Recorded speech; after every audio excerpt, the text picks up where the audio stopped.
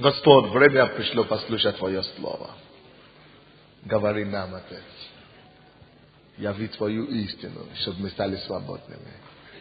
Во имя Иисуса. Аминь. Откройте, пожалуйста, со мной книгу Иова. Иов, 28 глава, 20 стиха по 28 стих. Откуда же исходит премудрость? И где место разума? Помните, мы говорим о мудрости. Сегодня я проповедую на теме источник мудрости. Или происхождение мудрости. 20 стиха. Откуда же исходит премудрость? И где место разума? Это сам Бог задает этот вопрос. Через Иова. Книгу Иова. Говорит, где же мудрость? Откуда мудрость? Откуда исходит мудрость? И где место разума? И говорит даже, сокрыта она, то есть мудрость, сокрыта от очей всего живущего. И от птиц небесных утаена место мудрости. Авадон и смерть говорят, ушами нашими слышали мы слух о ней. Бог знает пути ее, только Бог знает пути мудрости. И Он ведает место ее. Ибо Он презирает до концов земли, то есть Бог, его глаза ходят до концов земли, и видит под всем небом. Когда Он ветру полагал вес и располагал воду по море, то есть когда Он создал мир с самого начала. Когда назначал устав дождю и путь для молнии громоносной. Тогда Он видел ее и явил ее. Именно с самого начала, когда Господь созидал землю и всего, именно тогда Бог видел мудрость и явил мудрость. Приготовил ее и еще испытал ее. И Бог сказал человеку о мудрости. Вот откуда мудрость исходит. Он отвечает на вопрос, который он сам себе задал. Или он сам нам задал. И говорит, вот страх Господень есть истинная премудрость. Страх Господень есть истинная премудрость. И удаление от зла есть разум. Удаление от зла есть разум. Now, истинная премудрость есть что? Согласно этому местописанию. Как? Страх Господень. Страх Господень есть истинная премудрость. Это, невероятно. Я не мог как-то это связать. Как это мудрость?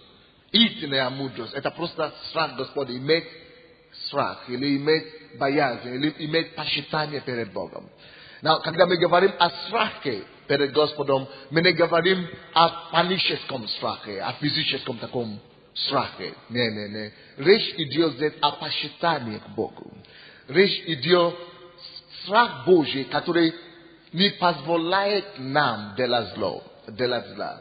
Что такое страх Господень? Давайте напишем определение, если кто из вас пишет. Страх Господень – это возненавидеть зла и любовь к правде или праведности. То есть страх Господень очень просто. Ненависть к злу и любовь к правде. Если человек имеет ненависть к злу и убегает от зла, ненавидит зла и любит правду, любит праведность, и не только любит устами, да, вы понимаете, но поступает так, то есть убегает от зла и живет по правде, то у того есть страх Господень. Давайте я вам это покажу в Библии. Притчи Соломона. Вы, конечно, понимаете, что Соломон очень разумный человек. 8 глава Притчи, 13 стих. Страх Господень, он тоже дает определение тут. И говорит, страх Господень это ненавидеть зло, то есть страх Господень ненавидеть зло. Это важно. Страх Господень ненавидеть зло. To jest on nie dela jest zlo, on nie lubi dela zlo, on nienawidzi zlo. On nie просто терпеливо относится к злу, но он ненавидит зла.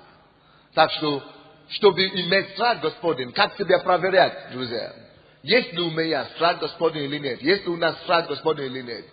Мы проверяем, насколько у нас страх перед Богом, тем, как мы терпеливо относимся к злу.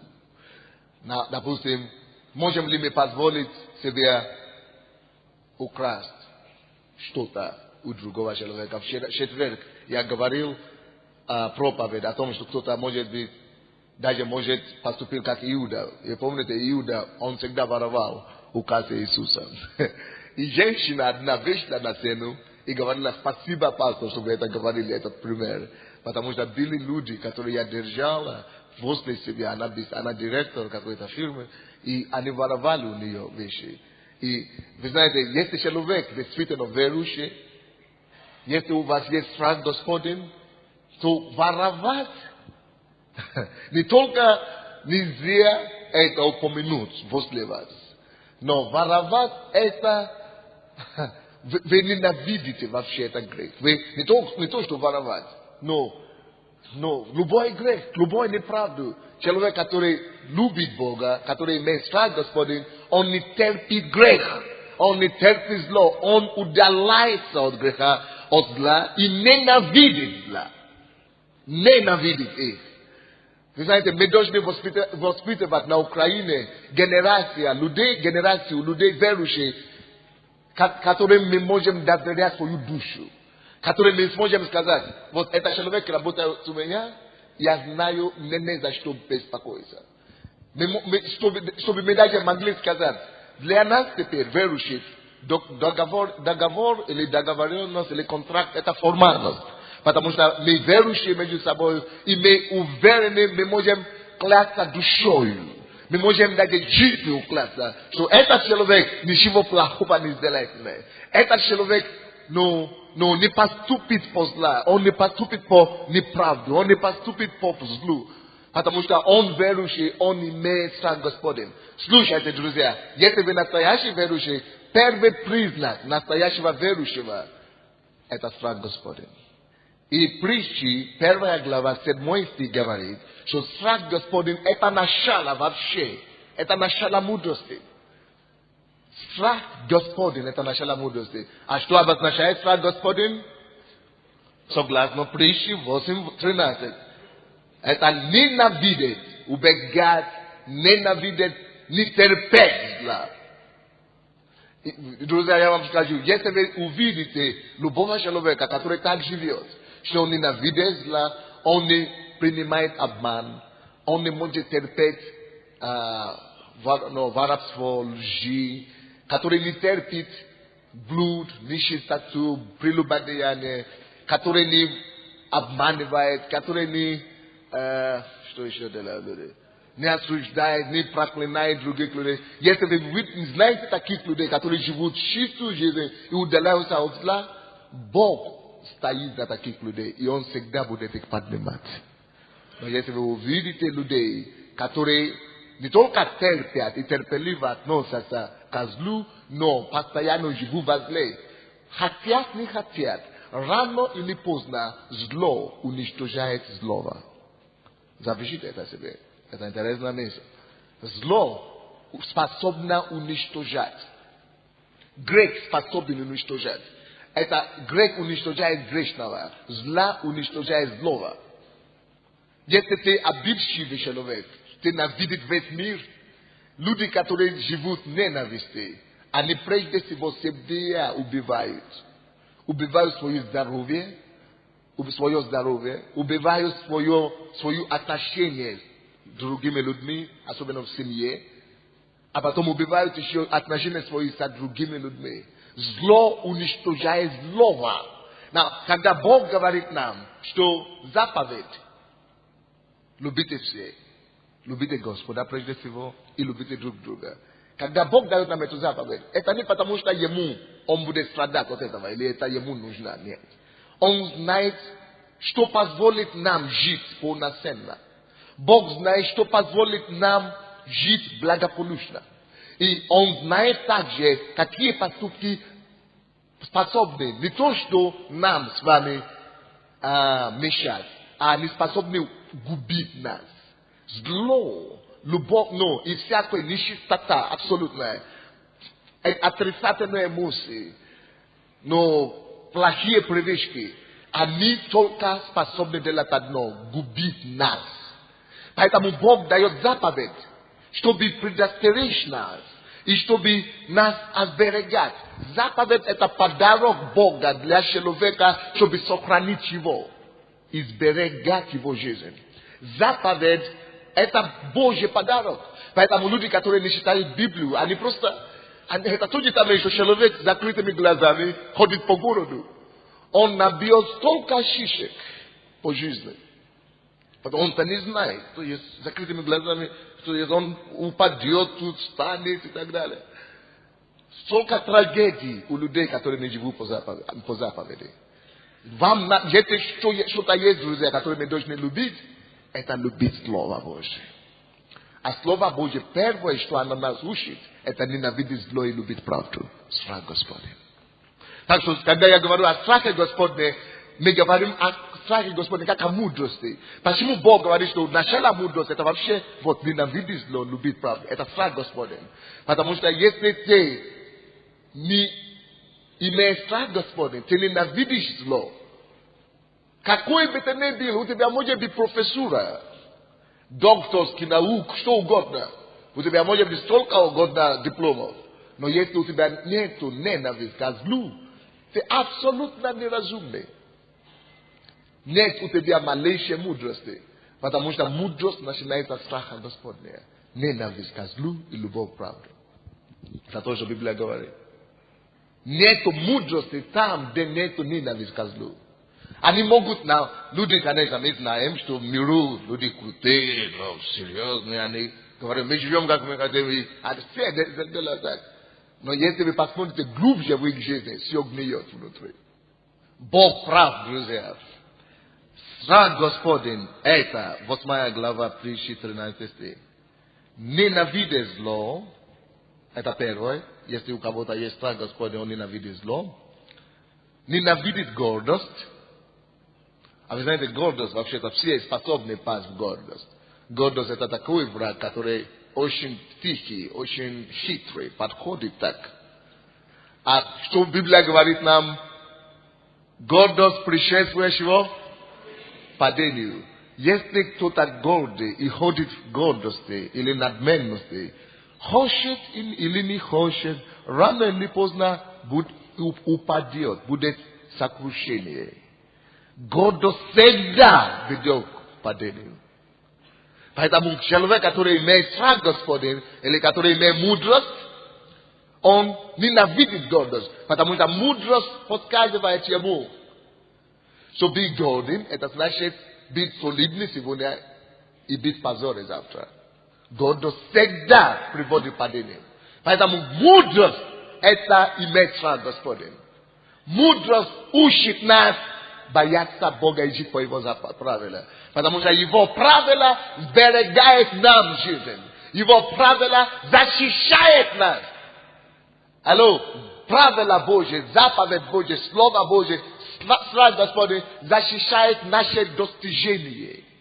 То, что мы достигаем, оно защищает наше благословение, то, что Бог благословляет нас.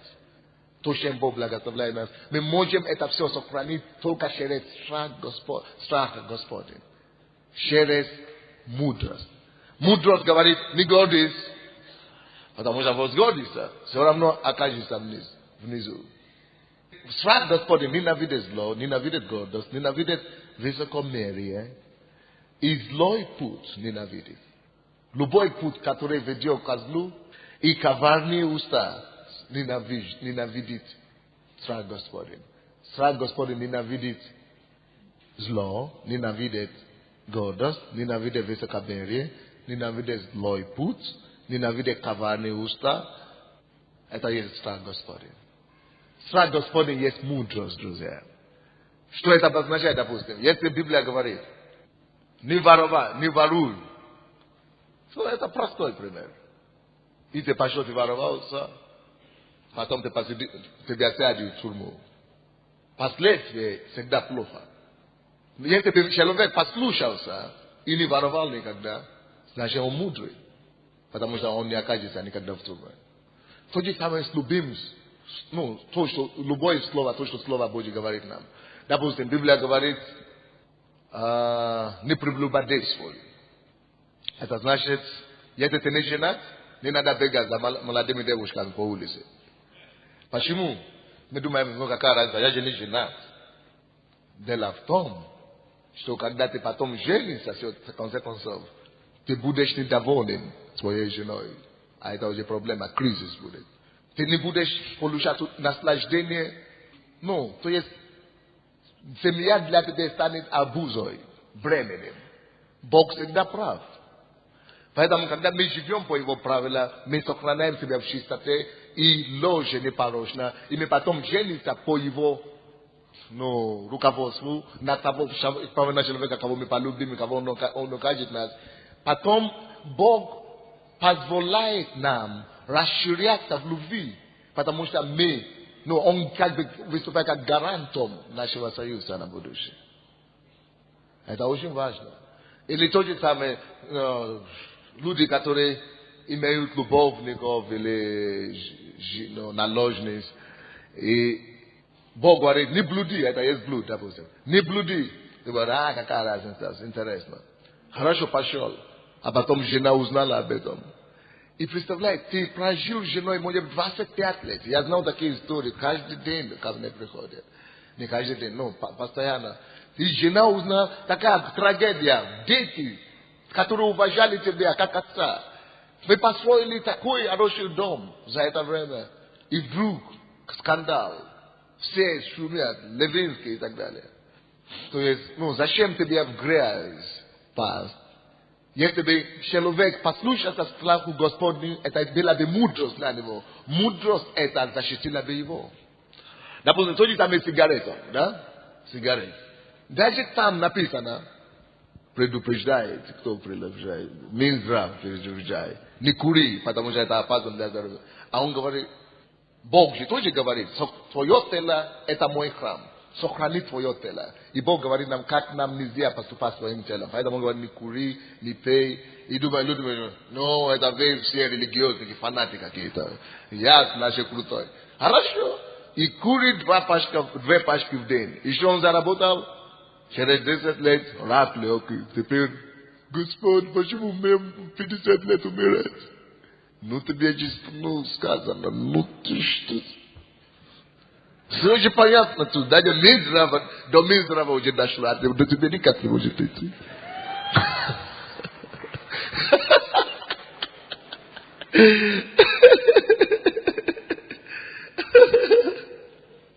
Заповедь защищает нас. Заповедь, Слово Божье, это наш друг. Страх Господень. Допустим, кто-то говорит, я же, кто-то постоянно приходит, говорит, пастор, я же не хочу курить, но я не могу бросить. А я говорю, не надо даже пытаться бросить. Ты просто полюби Бога. По-настоящему. Полюби Слово. Страх Господень это любовь правды.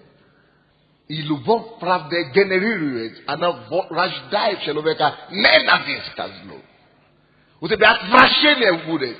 Я говорю, все, которые в эту церковь приходят искренне, чтобы освободиться от курения, от алкоголя, от наркомании, все освобождаются. Но они сами потом, когда они бросают церковь и так далее, возвращаются в это все дело. Потому что это ты хочешь, ты любишь это дело, ты хочешь. Ты не поступаешь благоразумно. Но если ты не хочешь, ты любишь Бога, ты будешь ходить в церковь, ты будешь читать Слово Божие, и этим самым Бог тебя будет подкреплять каждый раз в эту церковь. Через Слово, которое ты читаешь, Бог будет тебя подкреплять и давая тебе таким образом силу преодолеть всякие любые искушения. А искушение, я вам скажу, это реально в этом мире. Кто не искушается? Мы все искушаемся. Искушение это реально в этом мире. Но откуда брать, друзья, силу противостоять искушению? Никто в себе саму силу воли, все это сказка. Сила воли ничего не может удержать. Te понимаешь, все разумом, но сила воли не хватает. Только Божья сила, сила слова, сила премудрости может помочь нам удержаться от искушения. Вот почему Бог-то не, извините, Бог-то не, я не знаю, я не могу понять синоним для этого слова. Извините за это слово. Но Бог-то не дурак, что Он создал церковь. Бог же сам придумал церковь. Что не покиньте собрание вашего, не покиньте собрание, чтобы вы могли укрепляться. И Он говорит, что не уходите от слова, укрепляйте слово, потому что есть энергия, которая приходит, когда верующие все собираются. И тем больше, тем лучше. Тем больше верующих в зале, тем лучше. Есть сила Божья, которая в каждом из нас есть. И когда пастор проповедует, и когда Слово Божье приходит, это Слово приходит просто укрепляет наши немощи и дает нам силу противостоять всякие искушения в течение дня. Если мы напитаемся Словом, если мы будем заложить в себя Слово, это тем больше Слова в нас, тем больше силы у нас есть. Одолеть атак. И не только искушения реально в миру. Вы в курсе, что тоже в миру атаки тоже реальные. Атаки от противников, атаки от конкурентов, может быть, атаки от врага, может быть, атаки от дьявола, в конце концов, бесы, в конце концов. Атаки реальные, духовные даже атаки. Вы можете быть дома и чувствовать душевно, что атаки идут на вас. Алло, единственная сила противостоять атаки, моральные, душевные, физические, это только то, сколько количество слова Божьего ты накопил в себе. Ну, сколько слова Божьего обитает в тебе, сколько ты кушал. Это то же самое, как физически. Если физически смотреть, человек не кушает, он ест только раз в неделю. Через 2 года он будет еле-еле жить, он будет слабенький. Человек, который не кушает, только раз в неделю кушает. Раз в неделю. Не раз в день, но раз в неделю кушает. Это очень мало. И человек не может быть сильным физически. Точно таким же образом это все в духовном мире. Духовно это то же самое. Если ты не будешь кушать Слово Божие, духовно не будешь насыщать себя, духовно, ты будешь очень слабый духовно. Физически ты можешь быть 2 метра, но Шварценеггер или как-то.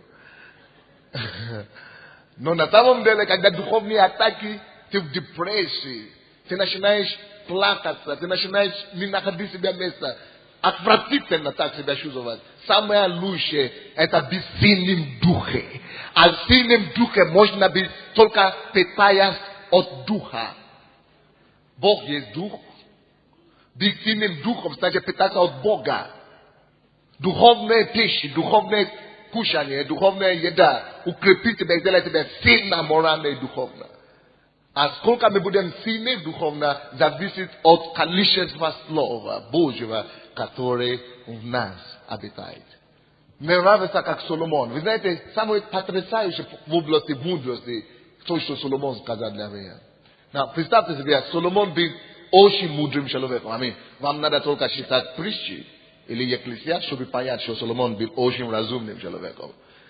Ты можешь читать одну какую-то фразу и думать, Боже мой, сколько мудрости заложено в этой фразе одной.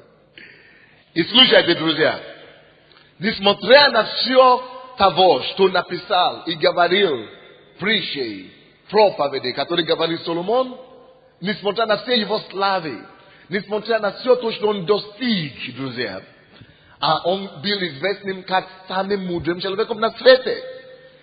Он сказал, после всего того, что я исследовал во всей моей мудрости, после моей жизненной славы, после всего того, что я видел, я прихожу к одному выводу только. Жизнь стоит жить только ради одного. Давайте посмотрим это его вывод. Он говорит, заключение всего. Вывод его жизни, вывод его мудрости. Это Екклесиаст. Екклесиаст, 12 глава. И 13 стих. Мы слушаем вывод, который сделал Соломон в конце его дней. Выслушаем. Он говорит, давайте послушаем сущность всего. На английском это как бы говорится как бы вывод всего. Сущность его. Но тут очень хорошо. Сущность его.